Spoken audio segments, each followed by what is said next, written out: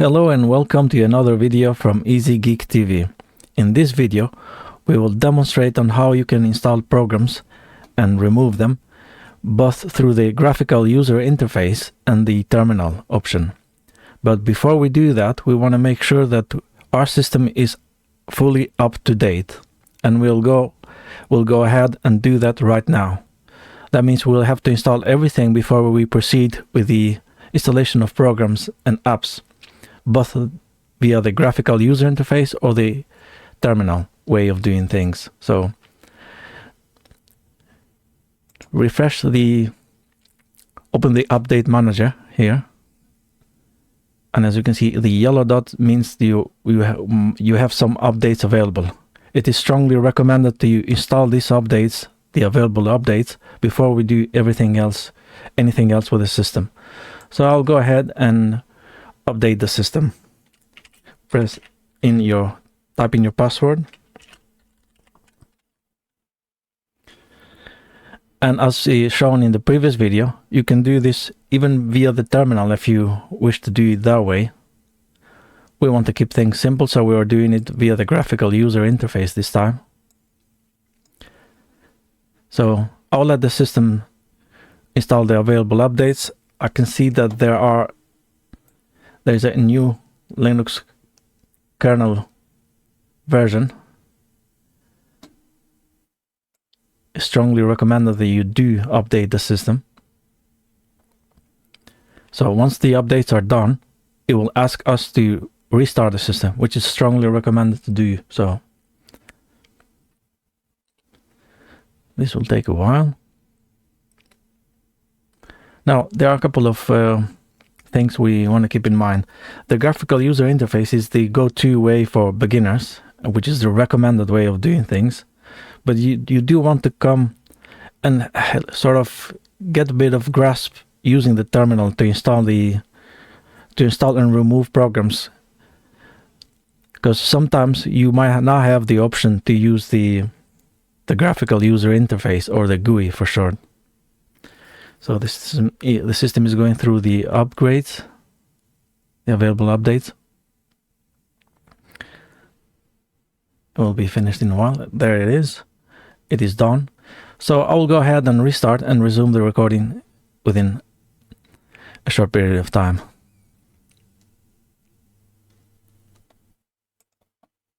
There you go. So we're back. I'll type in my password. We're logged in. So since we did go through the available updates, and we could see that the system went perfectly fine, no hiccups, no problems with the updates, we're good to go with the rest of the programs, with the rest of the tutorial in this case. So now let's start from the graphical user interface, the way of doing it via the user interface. So pressing the start button on your keyboard and type software, and you go select software manager, click enter. Press enter. Now it's fairly straightforward, really. So let's say we want to install a couple of programs here for demonstration purposes. So I'll select let's say I'll select Audacity, or even, yeah, let's go with Audacity. So as you can see, it gives us the option to select install, and this is a system package. You have to know this, meaning that there are other ways of doing it the graphical user interface way, sort of speaking. We got the system package files or executable files that we can install, and there are also app images and Flatpaks. Now, the recommended way, and this is a huge debate, by the way, in the Linux community, the recommended way is to, if there's available, you want to use the system package, because it's adapted to the distro we are using, or you are using, depending on which distro you have selected, and it's actually the recommended one. So we're going to select that install. Again, it's asking us if we agree for it to download necessary libraries or packages. It will ask us for the password. Type in your password. And that's it. It's installing it.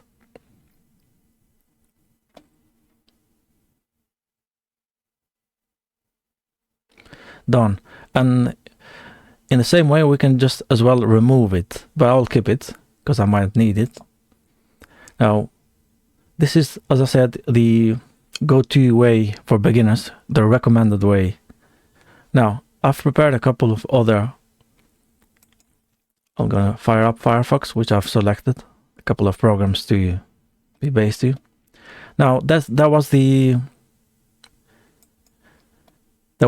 graphical user interface way of doing things, and we'll go through in a sort of compromise through that. What I mean is that you can download. I've selected Telegram for this purpose actually because it's a very nice case scenario.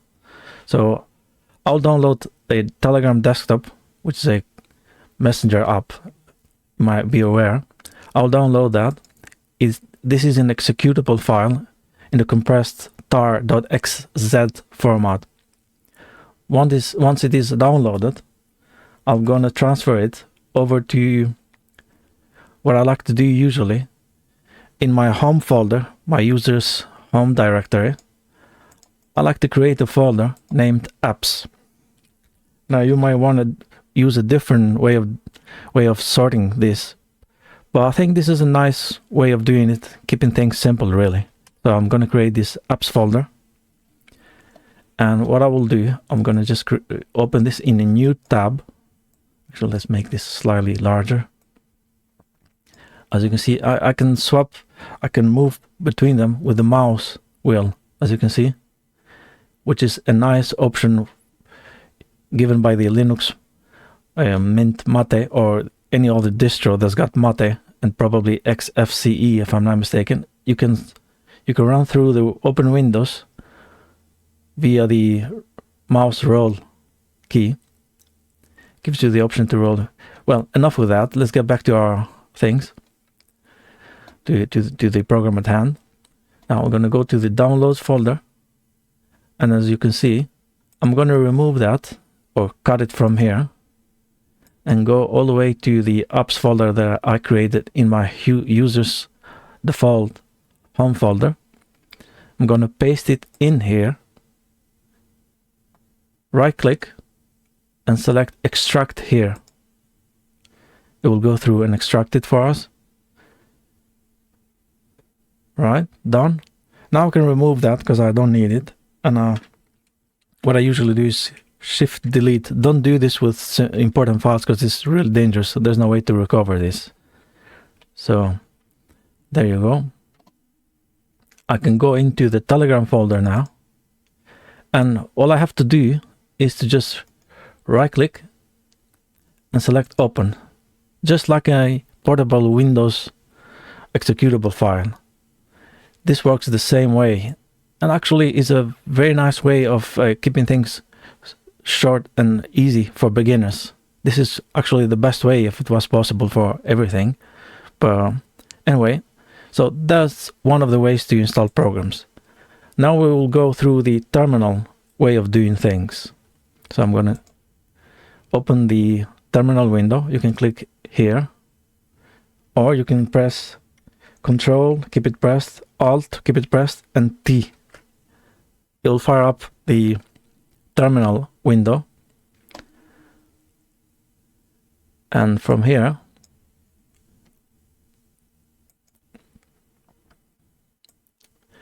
let me make this slightly bigger so it's easily there you go. I think that should help. Much easier to see, yeah? So now, let's say we want to install a few programs from the terminal. I mean, you could probably install the same programs.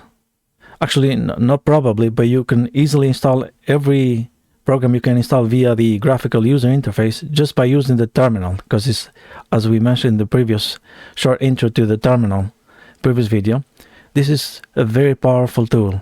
But let's go ahead and use this really, because it's really straightforward. So since we're done with the updates, let's say when we want to install, let's say AbiWord, all right? Let's try and do that. So let's say superuser do for short, apt, which is the package manager, install, which is obvious as it says install, and let's say AbiWord. Keep in mind this, you can do this via the graphical user interface, but we are going to show this through the terminal on how you can do that. So let's say sudo apt install AbiWord. Press enter, type in your password, and it's asking us, it will download the main program and necessary libraries for the program. We can just press enter here, as everything is pre-selected. It will go through that.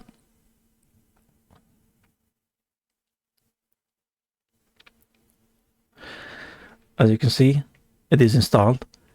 I'm going to Control L for clear. Now, if you press the start menu and you type AbiWord, you can see that the program is there, right? So we want to revisit the graphical user interface way of doing things here. And why would you say why? Well, here's the thing. Let's say that you want the numlock key to be available if you use a desktop or a full keyboard laptop. You want the numlock key to be enabled on your system startup, right? So to do that, we need to install a program that's called numlock X. As you can see, that's the program. Now, if I click into that, it says system package. So I'm not going to install this here. I want to demonstrate shortly that you could install whatever that's available through the software manager. You can press start, the start menu here on your left corner, sort of like the Windows key, the magic key. You can press there. And here's the trick. You just type the name of the program you want to install. In our case, it's numlock X, right? So before we install that, take a look at this. Let's press start again and say login. Type in login. Select that. Of course, you need to type in your password. Make sure you do it the proper way. Now, if you go here at the settings tab, when you log into the system, it says on top here, you can see that it says activate numlock. But as you can as well see, it is grayed out. There's no option for you to activate it, right?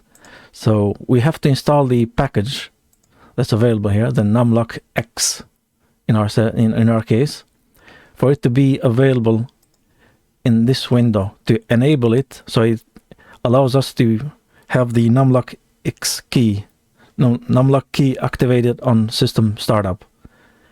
This is very handy if you're used to type with the numpad in your keyboard, right? It's very handy. So let's go ahead and install that.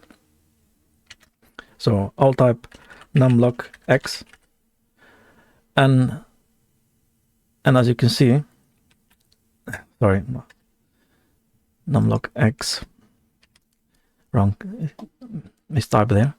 It says install package numlock X. Click it. So it's giving you the option to install it. Go ahead. Of course, you might need to type in your password. Do so. Right? So it's still not available. Well, let's restart the window, yeah? Shall we? So let's say login. Click that again. And go to settings tab again. And this time it is not grayed out. Simple, yeah? So now you can enable it. The next time you start the system, the numlock key will be enabled. So you can use the numeric values in your numpad next time. So that out of the way, I'm going to show you something else as well, which keeps things really nice and tidy. So let's say we want to install the Microsoft fonts, all right? TTF, Microsoft. You might need this if you if you like create documents a lot and might need to use it with the LibreOffice or Abbey Word in our case, go ahead and type TTF. It will say TTF-MS Core Fonts, which is Microsoft Core Fonts dash installer. We're going to install that because you might need them as well. Again, type in your password.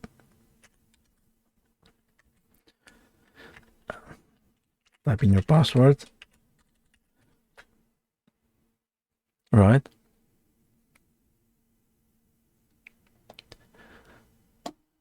You have to, of course, accept the terms. Otherwise, it will not go through and it will not install it. Right.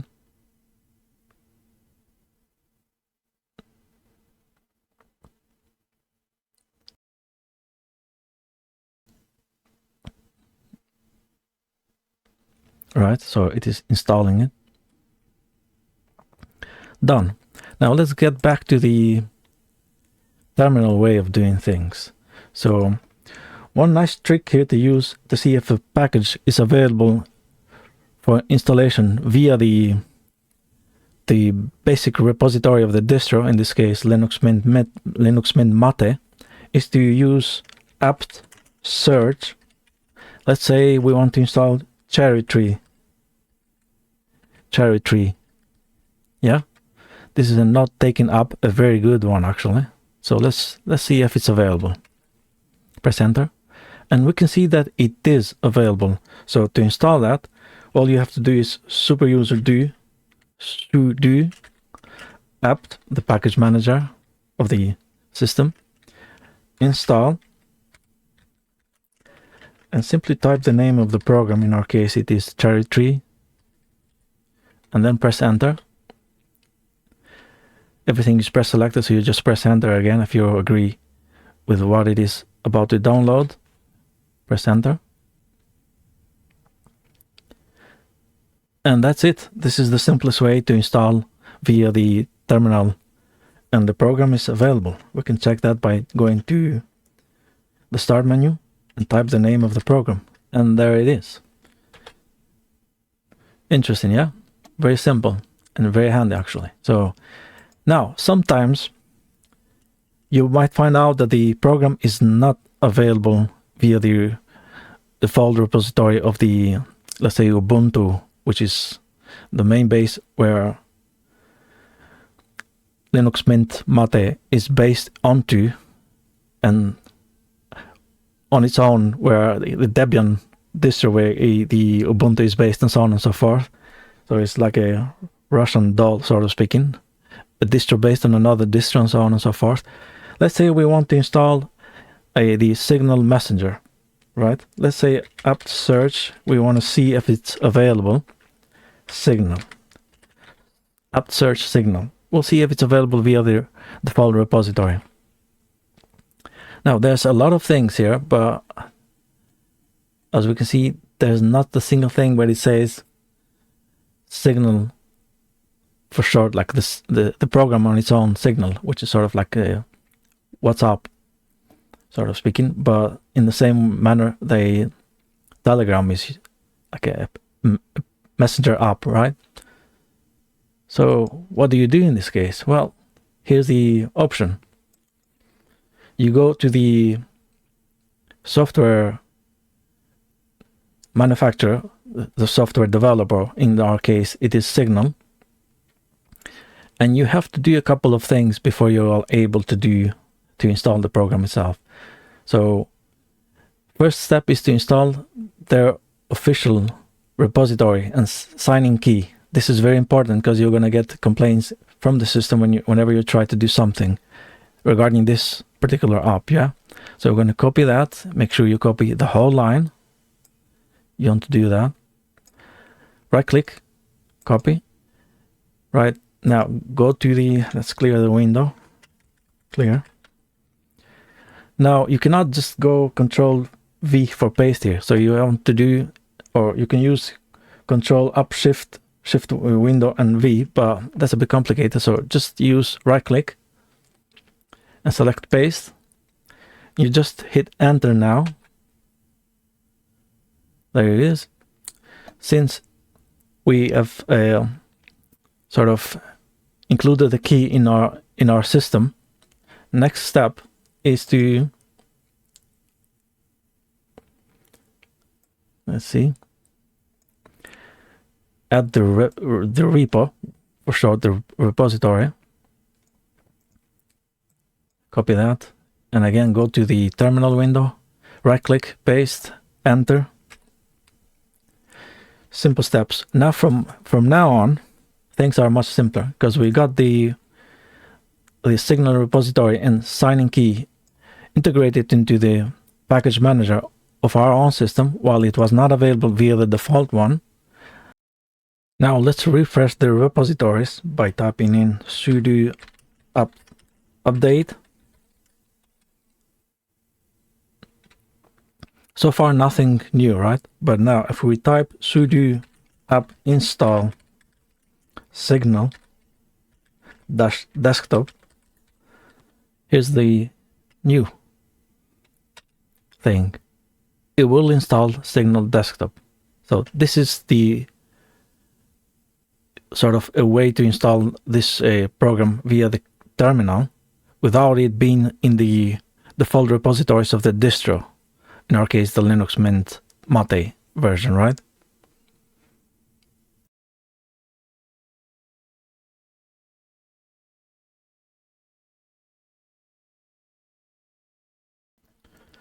Right, it is now installed. I'm going to clear the space. To make sure it is installed and to show that it is the case, let's type in signal, and it is available for use. Now, even if that doesn't work and it's not available to download, or it's not as easy for beginners to sort of get the signing key and then add the repository via the terminal, do that, which is a bit complicated, we want to keep things a bit more simpler by using another way of installing things via the terminal. But first we have to download the executable Debian file. So we will do that by demonstrating on how you can install Google Chrome and Opera to give you more options if you want to use Chrome, for example, or Opera in your system.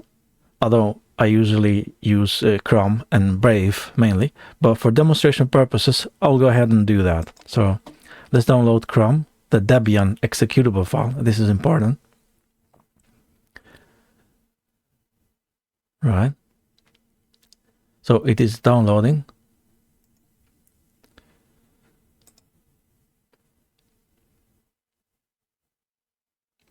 It will be available for use in the downloads folder. Sorry. Yeah, here.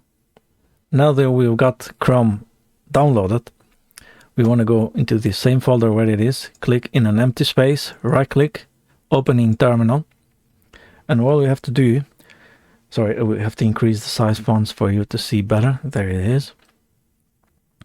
All you have to do now is to,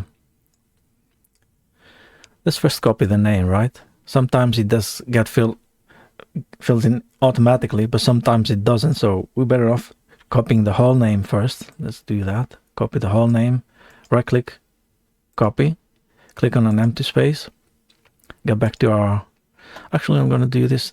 I'm just going to close all of the terminal windows as to not confuse you. Go back into the folder, right click in an empty space, open in terminal. I'm going to increase the size. There it is, better to see it. Now all you have to do is type in sudo apt install and then -- and then right click and click paste. Once you've done, you just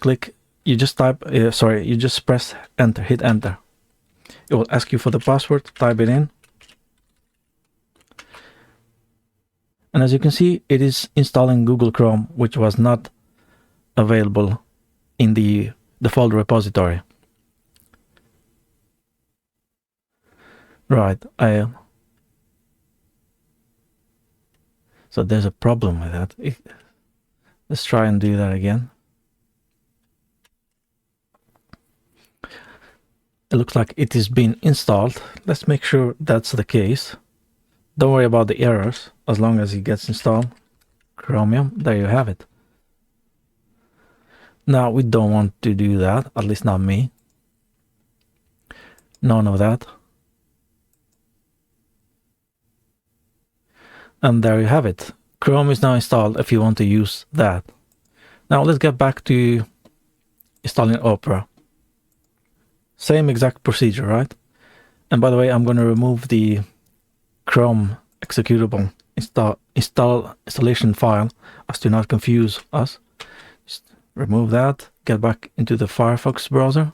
I'm going to close that, and just going to download the Opera executable installation file.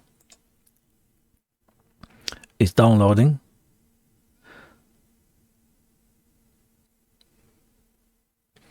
Right. And again, the exact same procedure.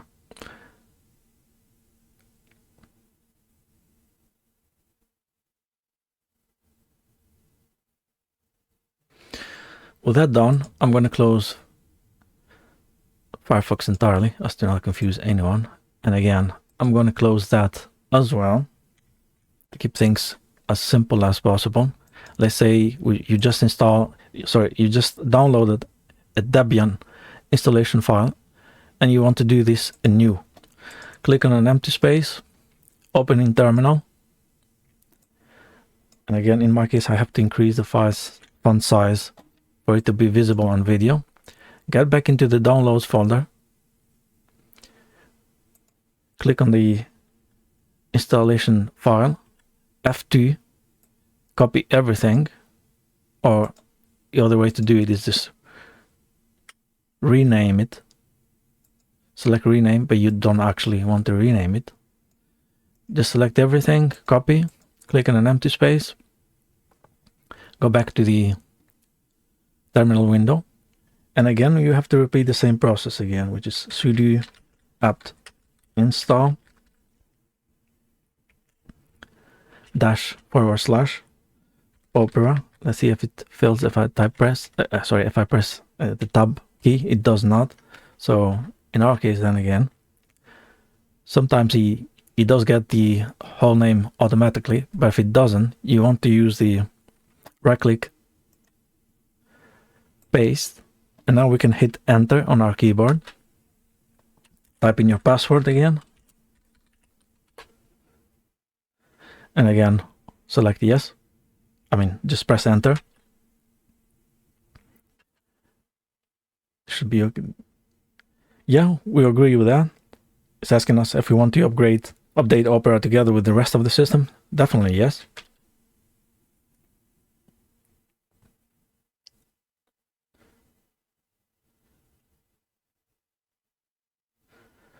Again, we get the same exact error, but don't worry.